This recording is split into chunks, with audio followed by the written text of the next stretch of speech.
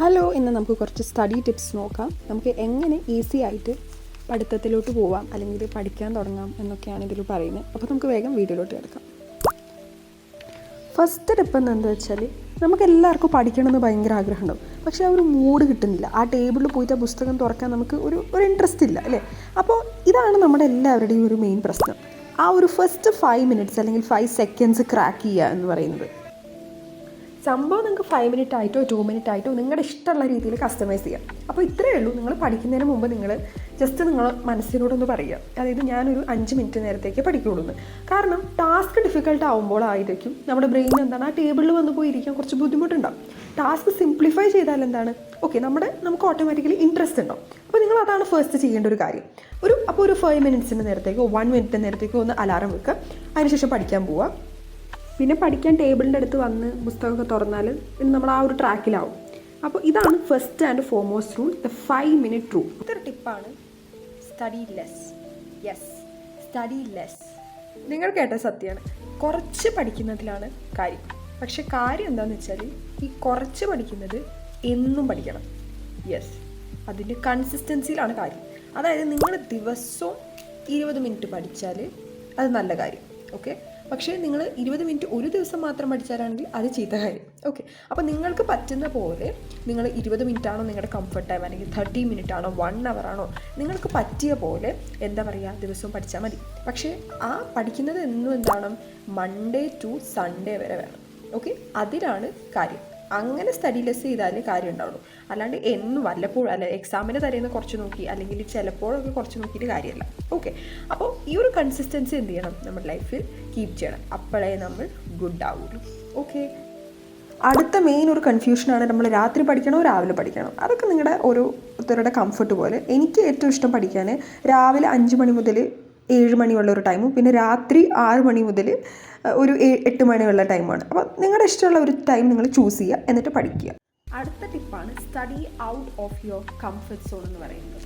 ഈ ഒരു comfort zone കൊണ്ട് ഉദ്ദേശിക്കുന്നത് ടൈമൊന്നുമല്ല. നേരത്തെ നമ്മൾ കംഫർട്ട് സോൺ എന്ന് പറഞ്ഞപ്പോൾ ഡിഫറെൻറ്റ് ടൈപ്സ് പറഞ്ഞു. അതായത് 30 മിനിറ്റ്സ്, നിങ്ങൾക്ക് 2 hours, നിങ്ങൾക്ക് ഇഷ്ടമുള്ള പോലെ നിങ്ങൾക്ക് പഠിക്കാം. പക്ഷേ ഇവിടെ അതുപോലെ മോർണിംഗോ ഈവനിങ്ങോ നിങ്ങൾക്ക് ഇഷ്ടമുള്ള പോലെ പഠിക്കാം. ഇവിടെ ഞാൻ കംഫർട്ട് സോൺ എന്ന് പറഞ്ഞുകൊണ്ട് ഉദ്ദേശിക്കുന്നതെന്ന് പറയുന്നത് സിറ്റുവേഷനാണ്, ഓക്കെ. അപ്പോൾ എന്താണ് സിറ്റുവേഷൻ എന്ന് ഡീറ്റെയിൽ ആയിട്ട് പറഞ്ഞു തരാം. ഇതിപ്പോൾ എനിക്ക് നല്ല എഫക്റ്റീവായിട്ടുണ്ട്. ഫോർ എക്സാമ്പിൾ, നമുക്ക് ചിലപ്പോൾ ബ്രേക്കൊക്കെ എടുത്തതിന് ശേഷം നമുക്ക് പഠിക്കാൻ വരുമ്പോൾ ഒരു ഇൻട്രസ്റ്റ് ഉണ്ടാവില്ല. നമ്മുടെ ഷോർട്ട് ബ്രേക്കൊക്കെ എന്താവും, ലോങ് ബ്രേക്ക് ആവും. അതുപോലെ തന്നെ നമ്മൾ കോളേജ് സ്കൂളൊക്കെ കഴിഞ്ഞ് വരിക, അല്ലെങ്കിൽ ഒരു വെക്കേഷൻസിനൊക്കെ പോയി വരിക, അല്ലെങ്കിൽ എന്തെങ്കിലും ഒരു പാർട്ടി എന്തെങ്കിലും ഒരു പരിപാടിയൊക്കെ കഴിഞ്ഞ് വന്ന ഉടനെ നമ്മൾ എന്ത് ചെയ്യുക, അപ്പം തന്നെ പഠിക്കാനിരിക്കുക. പിന്നെ നമ്മൾ വീണ്ടും റെസ്റ്റിലോട്ട് പോകരുത്. നമ്മൾ ഓൾറെഡി ഒരു റെസ്റ്റിംഗ് ഫേസ് കഴിഞ്ഞ് വന്നവരാണ്, അല്ലെങ്കിൽ എന്താ പറയുക, ഒരു പീരീഡ് ഓഫ് എൻജോയ്മെൻറ്റ് കഴിഞ്ഞവരാണ്. സ്റ്റഡീസും എൻജോയ്മെൻറ്റ് തന്നെയാണ്. ബട്ട് നമ്മൾ ഇത്തരത്തിലുള്ള കഴിഞ്ഞ് കഴിഞ്ഞാൽ പിന്നെ വന്ന ഉടനെ പഠിക്കുക. പിന്നെ നമ്മൾ റെസ്റ്റ് എടുത്ത് പഠിക്കുമ്പോൾ നമുക്ക് എന്താ ഒരു ഇൻട്രസ്റ്റ് ഉണ്ടാവില്ല. അപ്പോൾ ഈ ഒരു മെത്തേഡ് എല്ലാവർക്കും എഫക്റ്റീവ് ആവണമെന്നില്ല. ബിക്കോസ് നിങ്ങളൊരു ക്വസ്റ്റ്യൻ ചോദിക്കും എന്നോട്, അതായത് ഓൾറെഡി ടയേർഡ് ആയിട്ടുള്ള ഒരു ബ്രെയിനിനെ വീണ്ടും നമ്മൾ വർക്ക് ചെയ്യിപ്പിക്കുന്നത് തെറ്റല്ലേന്ന്. ബട്ട് ചിലവർക്ക് ഇത് ഭയങ്കര റിവേഴ്സായിട്ട് വർക്ക് ചെയ്യും. നിങ്ങൾ ജസ്റ്റ് ഒന്ന് ട്രൈ ചെയ്ത് നോക്കുക. It will be working sometimes. Next നമുക്ക് റിവിഷനെ പറ്റിയിട്ട് നോക്കാം. റിവിഷൻ സ്റ്റഡീസ് പോലെ വളരെ ഇമ്പോർട്ടൻ്റ് ആയിട്ടുള്ള ഒരു കാര്യമാണ്. നമ്മൾ പഠിച്ച കാര്യം ഓർമ്മയിലിരിക്കാൻ വേണ്ടിയിട്ട് ആക്റ്റീവായിട്ടുള്ള റിവിഷന് വളരെ ഇമ്പോർട്ടൻ്റ് ആണ്. സാധാരണഗതിയിലുള്ള റിവിഷൻസ് എന്ന് പറയുന്നത് അതായത് ക്ലാസ്സിലൊരു ടോപ്പിക് എടുത്തു കഴിഞ്ഞാൽ അന്ന് പഠിക്കുന്നവരുണ്ട്. അതിനുശേഷം 1 ഡേ ആഫ്റ്റർ റിവിഷൻസ് ഉണ്ട്.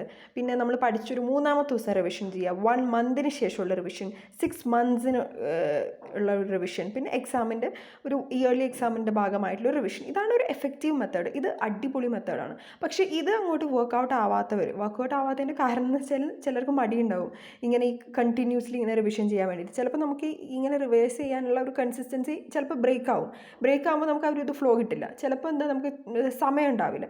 അപ്പോൾ അങ്ങനെയുള്ളവർക്ക് വേണ്ടിയിട്ട് എനിക്ക് സമയമില്ലാത്ത ടൈമിൽ ഞാൻ ഇടയ്ക്ക് ഫോളോ ചെയ്യുന്നൊരു സംഭവമാണ് ഈ ഒരു ടൈപ്പ് റിവിഷൻ. അതായത് പഠിച്ച അന്ന് ഞാൻ എന്ത് ചെയ്യും, അന്ന് തന്നെ ഒരു 5 to 6 ടൈംസ് റിവൈസ് ചെയ്ത് തീർക്കും, ഓക്കെ. അപ്പോൾ അന്ന് തന്നെ എന്ത് ചെയ്യും, ഒരു 5 to 6 ടൈംസ് റിവിഷൻ ചെയ്ത് എൻ്റെ ബ്രെയിനിലോട്ട് അത് ഞാൻ ഉറപ്പിച്ച് വെക്കും. മേ ബി അത് 2-3 ടൈംസ് ആവും. അതിനിങ്ങനെ വേരിയേഷൻസ് വരും. അപ്പോൾ ഇത് നല്ലൊരു എഫക്റ്റീവ് മെത്തേഡായിട്ട് എനിക്ക് തോന്നിയിട്ടുണ്ട്. പിന്നെ ഞാൻ എന്ത് ചെയ്യും, ഈ ഇടയായിട്ട് എപ്പോൾ പഠിക്കുമ്പോഴും ഞാൻ എന്ത് ചെയ്യും, റിവിഷൻസ് ചെയ്യും. അത്യാവശ്യം ഒരു 5 to 6 ടൈംസ് റിവിഷൻ ചെയ്തിട്ട് എന്ത് ചെയ്യുള്ളൂ, ബുക്സ് ക്ലോസ് ചെയ്യുള്ളൂ. ആൻഡ് അത് നമുക്ക് പിന്നീട് ഏതെങ്കിലും ഒരു ജാമ്പവാൻ്റെ കാലത്ത് പുസ്തകം തുറക്കുമ്പോൾ നമ്മുടെ മനസ്സിലത് ഉണ്ടാവും. Because we already revise for 5 to 6 times. Okay, ഒരു കൺസിസ്റ്റൻസി ബ്രേക്ക് ചെയ്യുന്നവർക്ക് വേണ്ടിയിട്ടാണ് ഈ ഒരു മെത്തേഡ്. ഇത് ജസ്റ്റ് ഒന്ന് ട്രൈ ചെയ്ത് നോക്ക്. ഇതും ഇടയ്ക്ക് ബോറടിക്കും, പക്ഷേ അപ്പോൾ നമ്മൾ പുതിയ മെത്തേഡായിട്ട് വരും. അപ്പോൾ ഇത് തൽക്കാലം ഒന്ന് ഫോളോ ചെയ്ത് നോക്ക്. മറ്റത് പറ്റിയില്ലെങ്കിൽ, ബിക്കോസ് റിവിഷൻ ആരും മറക്കരുത്. എത്ര പഠിച്ചു എന്ന് പറഞ്ഞിട്ട് കാര്യമില്ല, റിവിഷൻ ഭയങ്കര ഇമ്പോർട്ടൻ്റ് ആയിട്ടുള്ളൊരു കാര്യമാണ്. ഓക്കെ.